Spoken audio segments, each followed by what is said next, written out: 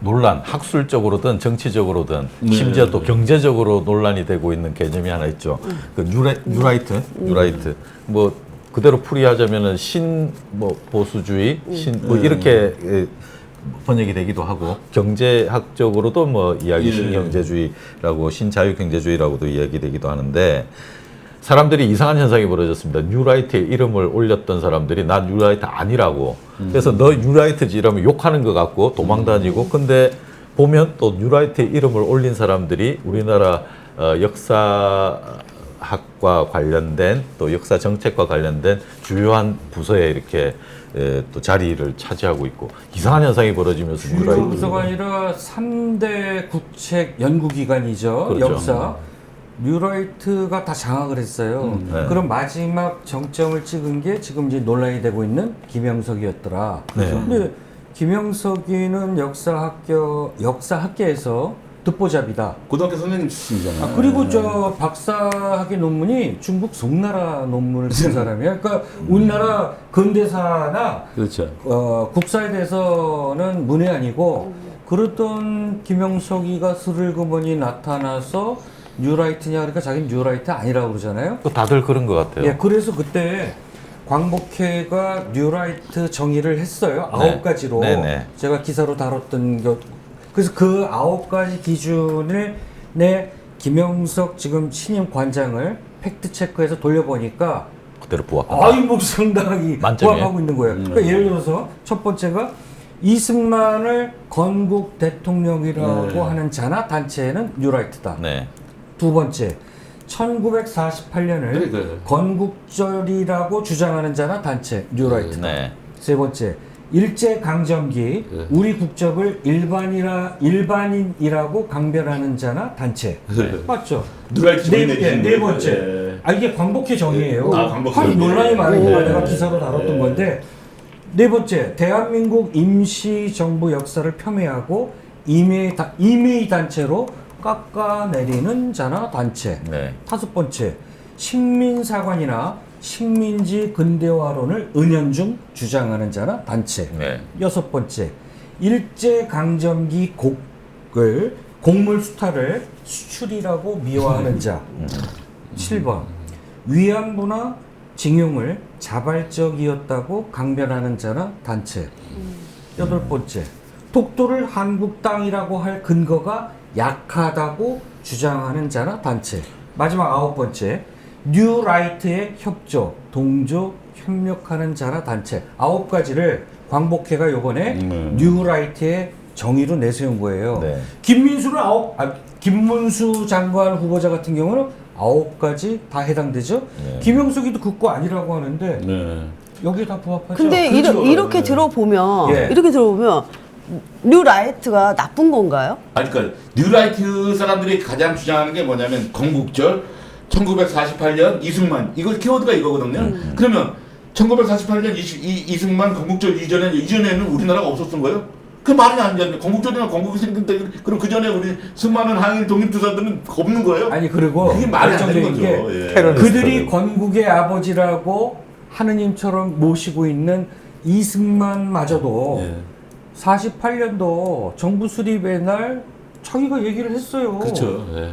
아니, 임시정부부터 이런 논란 자체가 나는 되게 이거 어이없는 게 사실은 논란 삼은 적이 없고요. 그러니까. 이거는 헌법에도 명시가 돼 있잖아요. 논란 삼은 적이 없는 거예요. 헌법에도 예. 명시가 돼 있다시피 그렇죠. 이거는 그냥 있는 사실인데 그렇죠. 독도가 우리나라 땅인 것처럼 네. 그냥 있는 사실인데 근데 왜 그러냐 이거. 우리나라 정부의 스타트가 1919년 임시정부가 출범하면서 그 적통이 계속 이어져 와서 이제 광복을 하고 그러니까요. 그거는 이제 우리 헌법 정신에 그대로 녹아 있는 거고 다 그렇게 배웠잖아요. 그렇죠. 근데 그리고 그냥 이 뉴라이트가 우리나라 것도 아니잖아요. 외국에서 들어온 거 아니에요? 그러니까 그때는 왜 훅 들어와가지고 훅 들어와가지고 잘못 들어와가지고 왜곡을 하는 거라는 거죠. 그러니까 예. 이제 지금 이 목적이 암약하고 뭘까요? 있던 목적이. 암약하고 있던 제가 생각할 땐 그래요. 네. 암약하고 있던 이 뉴라이트들 한 줌밖에 안 돼요.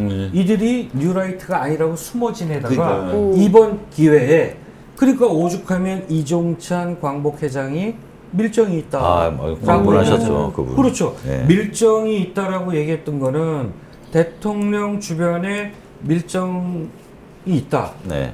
그래서 이들이 이제야 지하에서 암약하고 숨어 지내던 이 밀정들이 네. 고개 빳빳이 들고 일어났다. 이러는 거예요. 근데 얘들은 자기네들은 뉴라이트가 아니래. 김태호마저도 자기는 뉴라이트가 아니라는 거야. 근데 그랬다가 아니라고 실토했잖아요. 얘기하는 거 실토했다가 정확하게 얘기 못하는 거죠. 백인 선언에 그 당시에 그 이명박 대통령을 지지하는 뉴라이트 지식인 백인 선언에 이름을 올렸잖아. 네, 그랬더니 국회의원이 그러지 않아요? 부끄럽긴 한가 봐요. 그랬지. 그 뉴라이트를 당신은 뭐라고 정의냐 그랬더니 멋있게 해석하는 거야. 새롭고 뭐 합리적이고 뭐 그래서 자기는 뉴라이트라고 했는데 이게 위장하는 거죠. 그래서 아까 우리 김행카가 뉴라이트가 왜 나쁜 거예요? 이러잖아요. 벌써 이게 우리 일반인들에게 뉴라이트가 스물 나타나서 뉴라이트도 별거 아니구나 라고 해서 나 이거 굉장히 무섭다. 뉴라이트가 그러면 우리나라에 어느 시기에 생긴 돌연변이 변종이란 뜻이잖아요. 변종이죠. 그래서 변종이죠. 예. 저는 용어를 이렇게 했으면 좋겠어. 뉴라이트라고 하니까 괜히 왠지 멋져 보이잖아. 그냥 외라이트다. 아까 이제 외라이트. 외라이트. 그러면 될 것 같아요. 그게 딱 맞는 것 그래서 같아요. 저는 그러니까 아까도 외라이트 운동본부를 만들어서 뉴라이트를 홍길동이라고 부르지 말아달라는 거 아니야? 홍길동이가 아버지라고 홍길동 아버지라고 부르지 마라. 이러면 우리가 외라이트라고 불러줄게. 그러면 될 것 같아. 저는 아까 말씀해 주신 거 들으면서 생각난 게 9가지. 하나 있었는데 9가지 중에 그 독도가 근거가 없다고 얘기를 했다고 그러셨잖아요. 근데 저는 10년 전에 지금 영월에 가면 지도를 모으시는 분이 계셨어요. 근데 그분이 독도가 분명히 우리나라 땅이라고 했던 그 지도가 있다는 걸 제가 얼핏 들은 게 기억이 나서 그래서 저는 독도에 대한 애착이 더 많았었고 네. 독도를 한번 갔을 때 가슴이 벅찼 었거든요. 그러면 국가에서는 예를 들면 그런 지도 같은 게 있으니까 그런 거 검증할 수 있는 게 있지 않을까요? 제가 알기로는 그때 지도가 독도가 그분이 그거를 되게 지도를 찾아서 막 애를 쓰는 분이었어요. 지금도 있으실 거야 아마. 그래서 예전에 그 지도를 예전에 있는 걸 보면 독도가 우리나라가 계속 유지하고 했던 부분들이 한 3개인가 4개의 지도를 저도 봤던 걸 지금 기억나거든요. 말씀하셨듯이 예. 학자들이 지금도 예. 새롭게 고증들이죠. 예. 그런 독도가 예전부터 우리 대한민국 영토였다라고 하는 그 문헌이나 문서들이 유럽에서도 발굴되고요. 그러니까. 우리 고문서 네. 여기서도 발굴되고 하는데 일본 애들은 또 일본 애들 나름대로 또 다른 근거를 대고 얘기를 해요. 그래서 근데 얘들이 노리는 건 뭐냐면 이걸 자꾸 분쟁 지역화 그렇죠. 시키는 만들려고 거예요. 하는 거죠. 그러니까 그게 노림수예요. 나는 거기에 네. 우리 국방부가 이 정부 들어서 독도를 분쟁 지역이라고 한번 표기했다가 한번 난리가 났었죠. 국방부 교재에. 근데 얘들은 이제 이거를 국제 분쟁으로 끌고 가려고 하는 게 일본 애들의 꼼수예요. 근데 여기 말려들면 절대 안 돼요. 그러니까 지금 시점에서 예. 좀 이야기 중에 정말 궁금하고 우리 구독자분들께서도 이 이야기를 좀 들어봤으면 좋겠다 싶은 게 있을 것 같아요.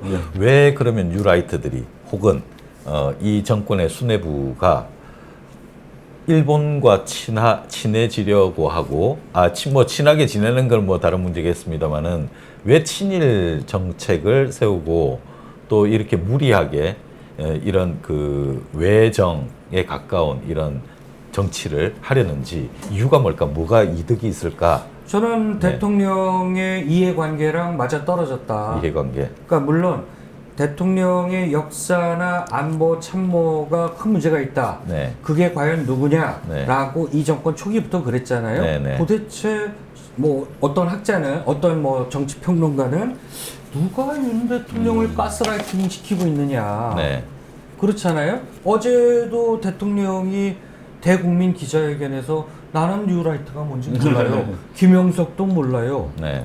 뉴라이트가 뭔지 모르는 거는 자랑이 아닌 거예요. 그러니까 아니 뭐 그러더라고. 보수진데 국민을 바보로 하는가라고 누가 칼럼을 썼더라고. 그러니까 이게 순회가 누굴까? 저는 제가 이제 명확하게 말씀드릴게요. 이 부분에 김태호라고 대해서는 사람들이 얘기를 하지. 이게 미국 때문에 그러는 거예요. 네. 미국이 그 한하고 우리나라하고 일본하고 군사협정을 맺게 하려고 하는 거예요. 그래야지 좀 자기네들이 멀리서 조종할 수도 있고 한가로. 네. 근데 우리나라가 특히 일본하고 감정이 안 좋잖아요. 네.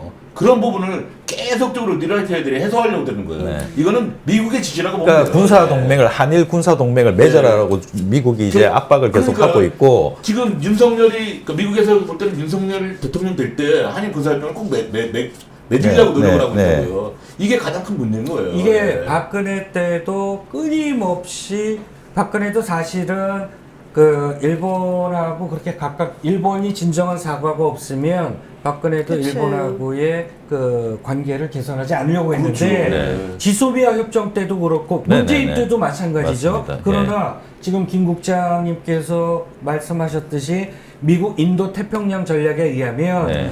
얘들이 여기서 얘기하는 인도가 아니고 인도양 태평양에 대중국을 방어하기 위한 네. 전선을 피는 거죠. 그렇죠. 근데 미국은 물리적으로 거리가 네, 멀잖아요. 여기에 일본을 내세우는 거죠. 군사협정 맺게 하는 거죠. 그래서 네. 그런데 한국이 있으니까 일본 자위대 밑에 한국 국군이 들어가라 이 얘기지. 네, 네. 그러기 위해서는 한일 간에 군사 동맹을 맺어야 되는데 군사 동맹이라는 거는 전쟁이 발발했을 때 자동 개입이잖아요. 네. 그러면 우리가 민족적 정서로는 일본하고 군사 동맹은 도저히 안 되니 그러니까요. 얘네들이 교묘하게 한미일 방위 협정이라고 하는 거를 맺어서 여기에 자꾸 강요를 하는데 네. 그러기 위해서는 여기서 더 큰 문제는 뭐냐면 이렇게 되면요. 러시아하고 중국은 볼 수가 없는 거예요. 적대 국가가 되는 거예요. 그렇죠. 예. 대결 국가가 되는 거죠. 북한은 그냥 완전히. 적대 국가라고 하고 네, 네, 러시아하고 중국까지 적대 국가가 되면은 네. 우리나라가 그렇게 무리하게 할 필요는 없는 거란 말이에요. 심지어는 예. 지난번 동해상에서 네. 한미일 3개 그 연합 훈련이 있었는데 거기에 그 일본은 해군 함정에 무슨 길을 달죠? 우길기를 쓰기로 네, 하잖아요. 네. 그게 선두에 섰고 우리 해군 그 구축함들이 그 뒤를 따랐다. 네. 그러면 코맨더를 누구한테 명령을 받느냐 이게 굉장히 궁금한데 이거는 의원들이 하려고 하더라도 국방부는 대외비라고 해서 내주지를 않는다라고 해. 네. 무조건 비행기예요, 요새는. 이렇게 네. 야금야금 들어오다 보면 유사시에 그러면 이쪽에 대장 훈련을 했는데 네. 대장 훈련이 북한의 잠수함은 그렇게 큰 그 상어급인가 큰 게 없대요. 네. 그렇게 해서 그 일본의 잠수함이나 이런 것들이 미군 잠수함이 떴던 거는 네. 러시아 잠수함을 겨냥한 거다. 네. 그러면 결국은 일본이 대러 방어 그 전선을 치는데 네. 우리 한국 해군이 들러리 서주고 있는 거예요. 그 다음에 대만 유사시에 그러면 한국군이 들어가야 되느냐 말아야 되느냐 이것도 한번 논란이 있었죠. 일본은 무조건 가야 된다라는 건데 일본이 보통 국가가 되길 원한다라고 하는 게 일본 자위대는 남의 나라 땅에 갈 수가 없잖아요. 그렇죠. 그런데 바로 그 김태호라고 하는 안보실 그 실질적인 수장이 있죠. 네. 그 당시에 논문이 유사시에 일본 자위대가 한국 땅을 밟게 하는 논문을 써갖고 한번 난리가 났었잖아요. 그 다음에 MB 때 쫓겨났던 이유가 그 다음에 형사처벌도 받았죠. 네. 그 비밀 문서. 그렇죠. 그거 오픈해 갖고서. 그리고 우리나라는 지리학적이나 이런 거를 볼 때 미국도 중요하지만 중국하고 소련하고 절묘하게 줄타기를 해야 돼요. 네. 그 문재인 대통령 때 그 아무 문제 없었잖아요. 사이 좋았잖아요. 그 사이를 이거는 지금 완전히 미국만 바라보게 됐잖아요. 미국이 우리가 안 도와주시면 우리는 그냥 끝이에요. 예. 이거는 이렇게 베란코 외교는 북한 애들이나 하는 거지. 지금 우리나라가 하는 건 내년이 아니라고 되면 보는데. 한일 수교 60주년이 예. 그렇죠. 내년인데 예. 그 내년 이 추세로 가다가는 군사 동맹이 됐건 뭐가 됐건 우리나라 정부에서 어떤 발표를 해버리면 그렇죠. 우리나라 정권에서 어떤 식으로든 뭔가 이 납득하기 어려운 그런 발표를 하지 않을까 그런 우려를 윤 많이 대통령의 하거든요. 그동안의 행적을 보면 발표할 수도 있을 것 같다는 그래서 게 많이 이제 드는 이게 거예요. 예. 군사 그게 불안한 동맹이나 거죠. 예. 조약은 국회 비준을 얻어야 되는 건데 네. 이거 안 하고 네. 한미일 간의 협정 형태로 해서 지난번에 그 신원식 국방장관이 맞아. 호주인가 뉴질랜드가 네. 그 삼미 국방장관이 뭐 협정문에 사인했다고 그랬죠. 네. 근데 그거 오픈을 안 하잖아요. 그거 공개하라 이거지. 거기에 아마 남몰래. 그러니까 대놓고 얘기하잖아요. 정권 미국이 지금 초조한 거는 이게 윤석열 정권이 내려앉으면 정권이 이제 민주정권으로 교체가 되면 자기네들하고 그동안 맺었던 모든 조약이나 협정 이게 또 정권 바뀌면 무효야 해버릴까봐 그래서 얘네들이 불가역적인 협정을 맺었다라고 얘기를 해. 불가역적이라는 건 뭐예요? 되돌릴 수 없는 그런 협정이라는 거잖아요. 근데 그렇죠. 그거를 지금 22대 국회 국방위에서도 계속 오픈을 해라라고 하는데 그거는 절대 오픈 못 하겠다라고 하는데 그거 우리 김 앵커께서 말씀하셨듯이 네. 이거 정말 우리 앉아서 네. 한일 국교 수교 60주년 하지만 또 경술국치 60주년 100주년 아닙니까? 네. 이거 우리 일반인들이 요즘 무슨 얘기를 하냐면 야 한국 없어지는 거 아니야 이렇게 얘기해요. 대한민국 없어. 이게 심각한 거예요 사실은. 아니 저는 이렇게까지 얘기하더라고요. 윤석열 대통령이 마지막에 정권을 재청취하지 못할 것 같고 불안하고 하면 자기와 김건희 여사가 구속될 건 뻔하니까 북한이 사소한 도발을 하면 전쟁을 일으켜가지고 지지 끌어가지고 일으켜서.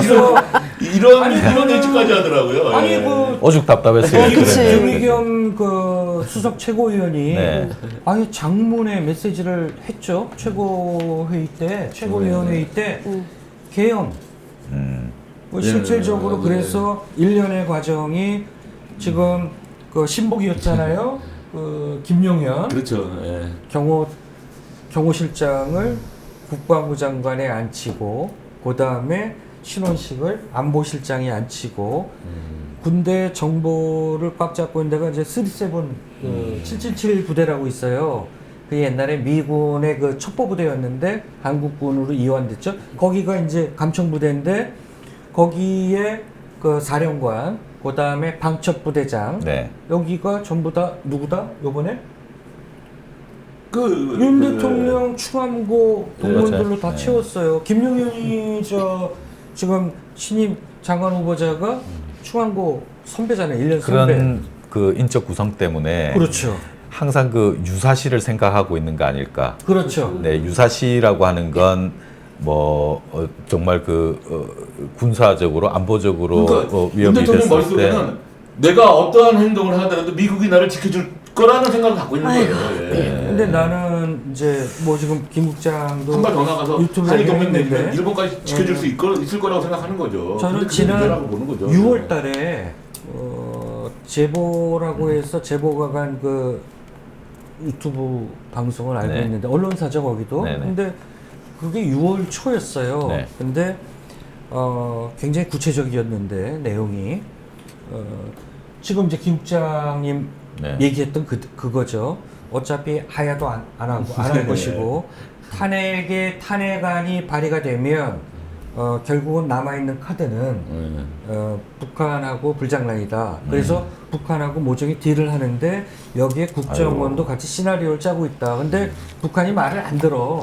이제 북한 애들도 내가 니들 도와줄래? 북한이 말 듣겠어요. 그러니까 이렇게 나오는데. 그러면 지금 그 풍선 문제 있잖아요. 대북 풍선 그 박상학이가 보내는 거.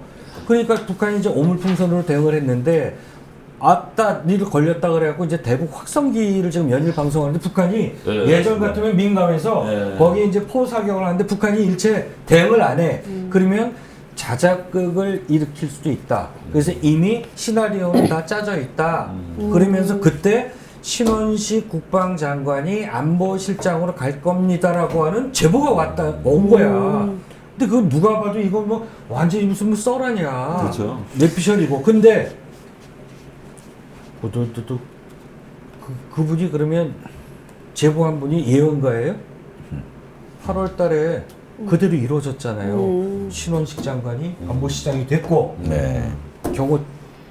경호처장이 국방부 장관이 됐고 소름이 확 끼는 거예요. 그래서 김의겸 의원도 예전에 그 박근혜 대통령 탄핵 당시에 그 보안사가 개헌 문건 걸렸잖아요. 발각됐잖아요. 그 수사하다 말았는데 수사 또 총책임자가 저 윤석열 대통령이 중앙지검장 시절이야. 하다 말았죠. 그 저 보안사령관인가? 네, 맞아요. 미국으로 쳤다가 정권 바뀌니까 유이 들어와갖고 유이 들어왔죠. 아 그렇지. 근데 그 정도의 계엄 시나리오가 있다.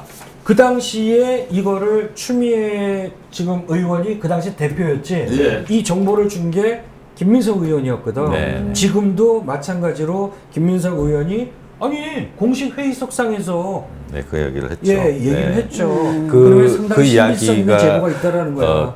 조금 다른 각도에서 보자면 우리나라 한반도에서 전쟁이 나기를 늘 바라는 나라는 일본입니다. 그렇죠. 늘 그랬습니다.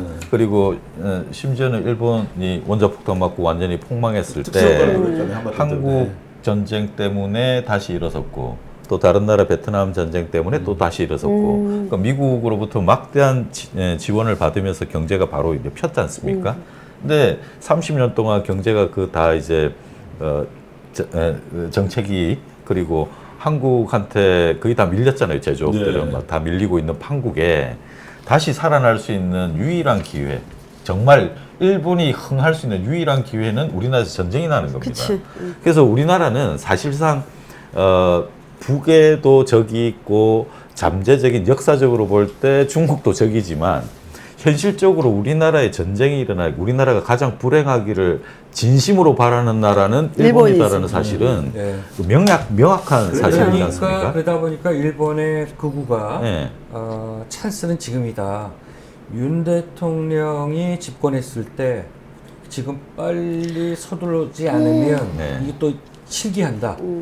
왜냐하면 만만치가 않잖아요. 그 다음에 정권이 바뀌게 되면 이것도 다시 수포로 돌아갈 수 있으니 그러니까 미국이 지금 빨리 계속 그렇지, 부추기고 있잖아. 그렇지. 같은 부추기고 있잖아. 논리인 빨리 거야. 하라고. 그래서 저는 최근에 그러다 노라이트 애들이 도와주고 있고 그래서 일본의 그 감정 광복 막말하고 그러니까 쏟아내고 있고 우리가 예. 이때까지 지내면서 보지 못했던 각종 친일 현상들 예. KBS가 광복절에 일본 그걸 틀어준다든가 아니 이거 말고도 너무 많은 일들이 벌어지고 있잖아요. 예, 열거하기 어려울 정도입니다. 그걸 보고 있으면서 왜 이런 일이 벌어지고 누가 이 이득을 보는 사람이 누굴까라고 했을 때 이건 미국이고 일본인데 가장 큰 이득은 미국이 볼 것 네, 같아요. 미국이고 예. 또 일본은 또 그 기대를 예, 부스러기 기대를 뜯어먹을 예. 그 기대를 또 하고 있지 않을까. 이제 이런 생각 때문에 저는 예. 거기에 또 그 용산의 이해관계도 맞아 떨어졌다. 용산이 국민적 지지가 안정세고 그다음에 경제도 원활하게 돌아가고 이렇다라고 하면 초조할 게 없어. 그래. 근데 엄청 지금 좋아하겠죠 지금. 예. 정권을 내놓는 순간, 네. 정권이 바뀌는 순간 부인이나 그래서 자기나 장모나 이게 지금 뭐 난리가 나거든. 또 바로 자기가 보이네. 자기가 수사를 해봐서 알잖아. 이거는 그냥 정말 제대로 된 특검이나 제대로 된 수사팀이 딱 털기 시작하면 이건 다 걸리거든. 네. 그러니까 위험한 거야. 또 지지율도 지금 간당간당해. 그러면 어차피 자기 찍었던 네. 2번마저도 자기 지지하지 않아. 지금 지지율이 27% 나왔더라고요. 아니 네. 오늘 보니까 23%더라고요. 23%. 갤럽 조사. 그러셨어요? 예, 지난주 대비 4% 떨어졌어요. 지난주에 27% 맞으니까. 예. 오늘 나온 거가 23%. 그 23%라면 거의 예. 콘크리트 지지라는 부정은 또 3% 늘었고. 그러니까 이 불안한 거야. 그러면 이들이라도 잡자. 그러면 이득을 누가 봐요?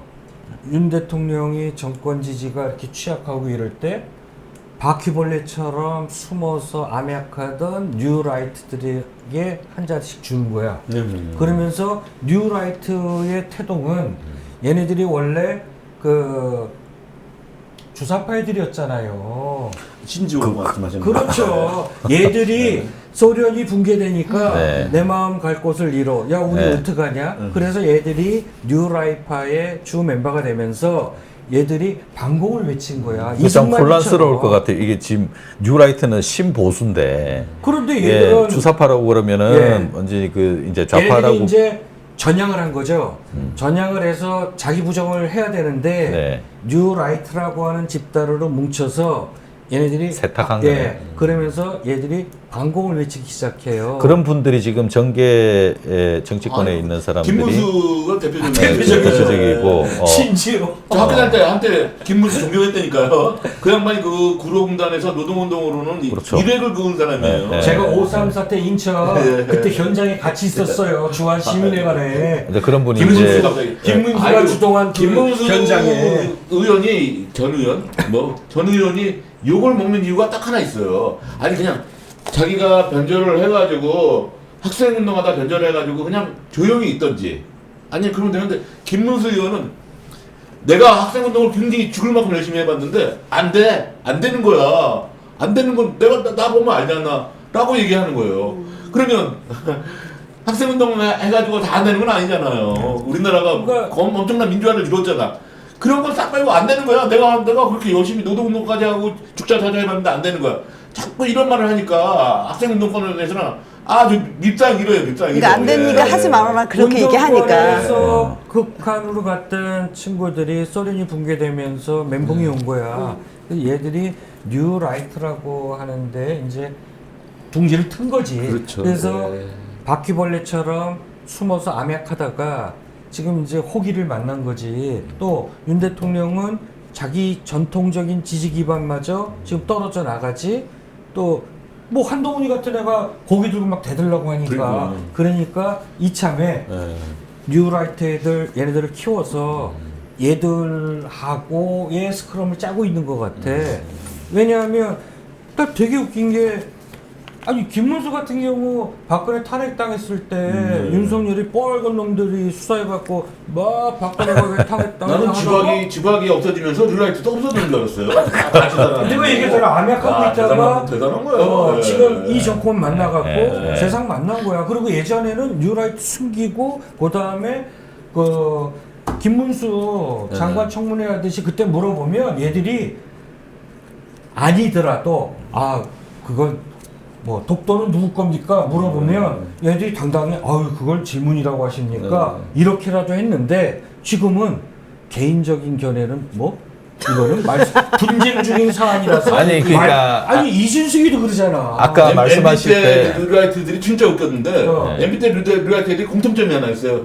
김일성이 욕해봐, 김정은이 욕해봐. 막 이게 뭐 아무도 아니고 김정은이 욕해봐, 김일성이 개새끼라고 해봐. 뭐 김정은이 개새끼라고. 그렇게 얘기하는 게 그게 말이 되는 지금 건가? 이렇게 얘기를 듣고 나니까 제가 무슨 생각이 들었냐면 윤석열 대통령이 예를 들어서 한국하고 일본하고 축구를 해. 우리 일반 국민들은 일본보다는 한국 이기라고 막 아주 애가 끓잖아요. 예. 과연 그분도 그럴까? 그 생각이 드는 거야. 그보다 독도는 누구 딸이냐고 물어보고 싶은데. 아니 그 전에 아니 근데 그 지금 야권에서 독도 심상치 않다 그런 얘기 이랬더니 잘 대통령이 아우 이 독도를 갖고 이념 논쟁한다고 뭐 이제 우리가 흔한 말로 못 낀 X가 소리낸다고 이 제발이 저렸는지 그것도 웃긴 거잖아요. 이념 논쟁한다고 얘기하지 말고 독도는 한국 땅이라고 얘기하면 되는 거 아니에요? 그렇지. 그거야말로. 예. 그렇게 돌려서 얘기하지 말고 아, 독도가 한국 땅인지 그걸 그 말이라고 하느냐고 얘기하면 쑥 들어갈 걸. 그걸 아니 이념 외국인들도 논쟁한다고 와서 하니. 독도는 한국 땅이라고 얘기를 막 해주는데 논문 그 지도 찾아서 자기네들이 얘기를 해주는데 왜 그러냐고 우리는. 그러니까 남이 우리 거라고 얘기했는데 왜 우리는 우리 거라고 얘기 안 해? 얘네들 뉴라이트 외라이트죠. 뭐 이건 밀정도 아니고 요즘 뭐 오늘 보니까 뭐 정치인들이 이제 피켓 릴레이 들었더라고요. 친일 그렇죠. 박멸하자 뭐 이런 식으로. 근데 얘들의 그 전략에 우리 국민이 그냥 또 놀아나는 건 아닌가. 참자마던 독도 문제. 아 이거 이론의 여지가 없는 거잖아. 그러니까요. 그 다음에 우리 조상이 그 일제 강점기에 국적이 어디였느냐. 그다음에 건국절 논란. 이 해묵은 논란이 이 시대에 다시 망령이 되살아난 거는 이들이 노리던 것, 우리 역사 전쟁을 다시 일으켜서 이념 논쟁으로 변질시키면서 난 보수 정권이라고 보지도 않는데 이 정권의 연장 여기에 우리 국민들이 놀아나주고 있는 거 아닌가. 저는 그래서 가끔은 우리가 냉정해져야 되는데 이게 관계들이 아까도 이야기 나오면서 이종찬 지금 광복회장 이야기가 좀 나왔으면 싶었어요. 그분은 그 대표적인 보수주의자죠. 진영 그 육사 출신의 또 이제 잘 아시잖아요. 저기 이종찬 씨 아들하고 윤석열 중마고 초등학교인가 뭐 네, 윤 대통령도 또 이종찬 회장에게 또 아버님이라고 부르기도 하고. 근데 그 이종찬 씨도 또 초창기에 윤석열이 지지했었고. 그럼요. 아니 그 멘토였지 멘토요. 근데 이분이 그 키워드를 밀정이란 키워드를 쓰시면서 대통령 주변에 밀정이 있다. 밀정이란 말은 그 외놈 그 간첩이란 뜻이잖아요. 그러니까 외노 간첩이라는 정확한 표현을 이제 이렇게 딱 찍어서 이제 한 이후에 뉴라이트에 대한 해석 뭐 이런저런 일들이 이제 막 벌어지고 했었는데. 그러니까 뭐 지금 용산 총독부냐 밀정 우두머리냐 이렇게 지금 야당이 공격할 수밖에 없잖아요. 이 문제는 앞으로도 아마 계속 그렇죠. 진단이 돼 나갈 것 같습니다. 왜냐하면 그 내년도 60주년 수교 전까지 이런 움직임들은 아마 계속 그런 사인들이 있지 않겠습니까? 올가을에 국정교과서, 국사교과서에 또 이 뉴라이트들이 박근혜 때처럼. 그렇지 지금 장난질 칠까봐. 언제까지 그게 참. 와 진짜 이순신 장관이 관뚜껑 열고 나오시겠어 아주. 국사 편찬회라든가 이런데 스물스물 얘들이 기어 들어가 있다라는 거예요. 이거 경계해야 돼. 우리 저 박근혜 대통령 때 교과서 장난질 칠라고 그럴 때 우리 또 난리들 났었잖아. 그쵸. 근데 지금 벌써 몇 년이에요. 지금 그러니까 우리 국민들은 세월이 이렇게 지났는데 다시 또 아이들 우리 교과서 장난질 치는 걸또 박근혜 때 그렇게 당했으면서 또 이런 일이 2번 찍어서 그래 2번 찍어서. 아니 근데 진짜 이제는 왜냐면 정치를 국민들이 너무 실망하니까 진짜 정치 뉴스를 안 본다는 사람이 되게 많아요. 맞습니다. 그래서 저도 솔직히 정치에 관심이 없었어. 근데 이게 이제 너무 하다 안 되니까 내가 정치 진짜 관심 가져야 되겠다는 그 마음을 가진 거를 진짜 이제 앞으로는 정치에 관련돼서 우리가 한 목소리로 좀 더 관심 갖고 해야 되는 거는 정말 우리나라가 지금 마지노선에 나와 있다는 생각이 드는 거야. 너무 이제 이래서는 안 되겠다. 떨어질까지 가면 이제 벼랑 끝에 서 있어요. 더 이상 갈 곳이 없는 것 같아요. 저는 그래도 뭐 이제 희망을 잃어버리면 이제 그거만큼 비참해지는 건 없잖아요. 그래도 저는 늘 희망을 갖고 있는 거는 그 국민들의 깨어있는 집단 지성의 힘이 꼭 선거 때는 발휘가 되더라. 참 절묘해요. 근데 요번에 좀 아쉬웠던 거는 지난 총선 때 200석을 넘기지 못하고 고놈의 8석을 이제 안 준 거잖아요. 그래서 이건 좀 아쉽지만 아마 국민들이 지금 이제 다가온 선거가 2년 뒤에 지방선거네요. 그렇죠. 2년 지방선거 있죠. 근데 우리 2년 어떻게 2년 반도. 근데 이렇게 생각해 보면 진짜 이순신 장군이 외군하고 싸워서 진짜 목숨을 바치시고. 그다음에 유가순 열사도 마찬가지잖아요. 안중근 의사도 그렇고. 근데 이분들이 자기 목숨을 버린 이유가 뭐겠습니까? 이 나라를 지켜 우리 국민 후손들이 좀 잘 살았으면 하는 건데 우리는 지금 우리가 후손을 위해서 뭘 하고 있는지. 뉴라이트 말대로 하면 그 이순신 이름은 없는 거예요. 예전부터 48년부터 시작하는 거예요. 그럼 그분들은 뭐 하는 거야? 이승만부터 시작하는 거예요. 이승만.